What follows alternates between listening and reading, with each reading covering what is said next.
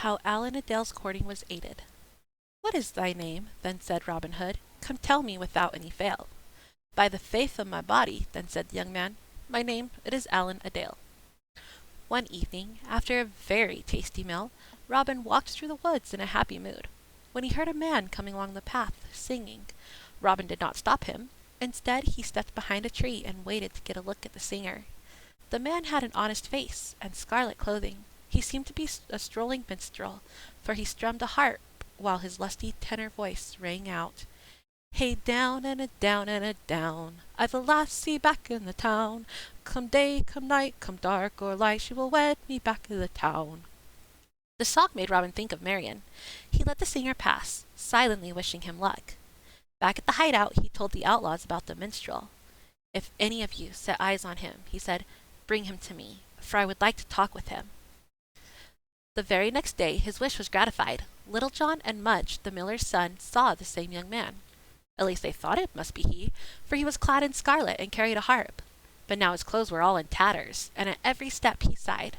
Little John and Mudge stepped forward. As soon as the young man saw them, he bent his bow and held an arrow back to his ear. Stand back, he said. What do you want? Put away your weapon, said Mudge. We will not harm you, but you must come see our leader. So the minstrel put away his bow and arrow and allowed himself to be led to Robin Hood. When Robin saw the dejected-looking minstrel, he asked, Are you not the man whom I heard just yesterday singing so cheerfully? The same in body, sir, replied the other sadly, but my spirit is sadly changed. Tell me your tale, said Robin courteously. Perhaps I can help you. I was engaged to a maiden, and thought I would soon wed her. But she has been taken from me, and is to become an old knight's bride this very day. As for me, I care not what happens to me, or how soon without her. Be brave, said Robin. How did the old knight get this sudden advantage? This crusader coveted the land where my lady dwells. The estate is not large, but it is all her own. Knowing this, her brother says she must marry a nobleman, and he and the old knight have arranged the wedding for today. Perhaps you think me a sorry dog not to fight for her, continued the minstrel, but I could not reach the old knight.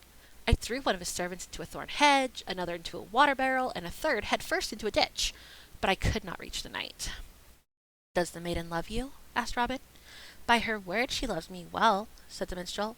I have a little ring of hers which I have kept for 7 long years. What is your name? Asked Robin. Allan a Dale, replied the young man. What will you give me, Allan a Dale, said Robin Hood, in ready gold to reunite you with your true love? I have only 5 shillings, said Allan. But are you not Robin Hood? Robin nodded. Then you, if anyone, can aid me, said Allan a Dale eagerly, and if you give me back my love, I swear I will be your true servant forever. Allan a Dale told Robin the time and place of the wedding, and Robin began giving orders to his outlaws. He ordered Mudge and Will Scarlet to provide the minstrel with a meal and fresh clothing. He ordered Will Stuteley to gather 24 men and lead them to the church, and he ordered Friar Tuck to get to the church ahead of everyone else. The Bishop of Hereford was full of pomp and importance that day. He was to celebrate the marriage of an old knight, a returned crusader, and a young woman. All the gentry in the vicinity were to grace the occasion with their presence. The church itself was festooned with flowers for the ceremony, while out in the churchyard brown ale flowed freely for all the servants.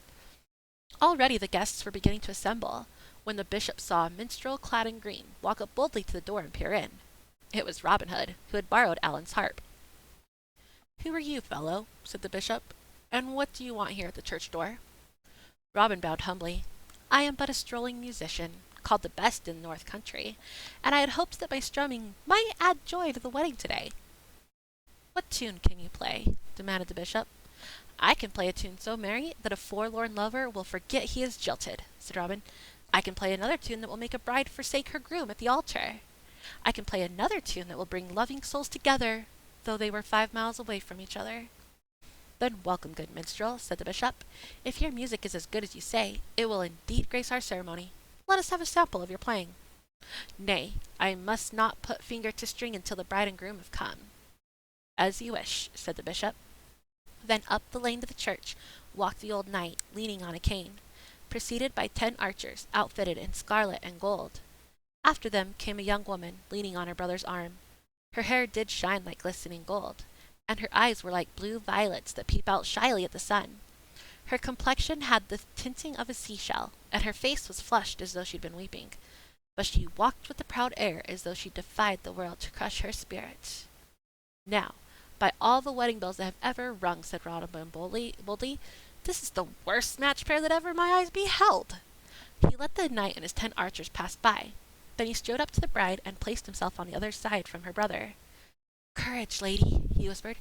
There's another minstrel near who may play more to your liking. The lady glanced at him with a frightened air, but read such honesty and kindness in his glance that she brightened and gave him a grateful look. Stand aside, fool, cried the brother angrily. Nay, I bring good fortune to the bride by accompanying her through the church doors, said Robin, laughing, and he was allowed to walk by her side up to the altar. Now, strike up your music, fellow, ordered the bishop. And will you let me choose my instrument? Answered Robin. For sometimes I like the harp, and other times I think the horn makes the merriest music in all the world. And he drew his bugle from underneath his cloak, and blew 3 notes that made the church rafters ring again. Seize him! Yelled the bishop. These are the tricks of Robin Hood. The 10 archers rushed forward from the rear of the church, where they had been stationed, but their rush was blocked by the wedding guests, who now rose from their pews in alarm and crowded the aisles. Meanwhile, Robin had leaped lightly over the altar rail and stationed himself in a nook by the altar. Stand where you are, he said, shouting his bow. The first man to pass the rail dies, and all ye who have come to witness the wedding, stay in your seats. We shall have one, but the bride shall choose her own groom. Up rose another great commotion at the door, and 24 outlaws came marching in, with Will Stuteley in the lead. They seized the 10 archers and the bride's scowling brother and the other guards, and held them as prisoners.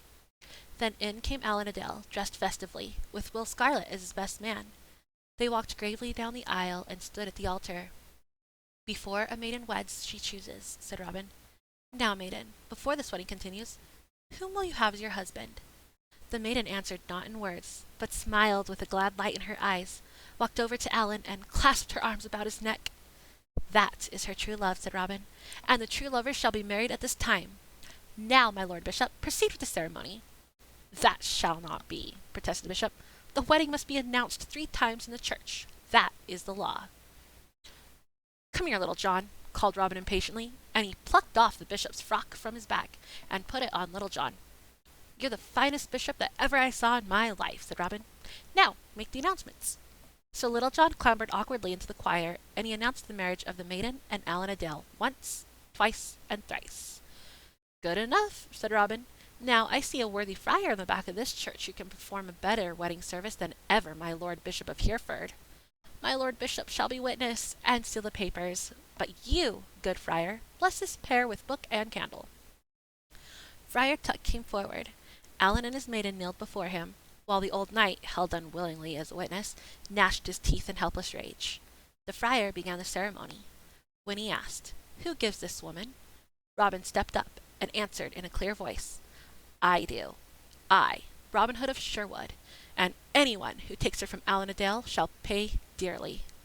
And so the 2 were declared married.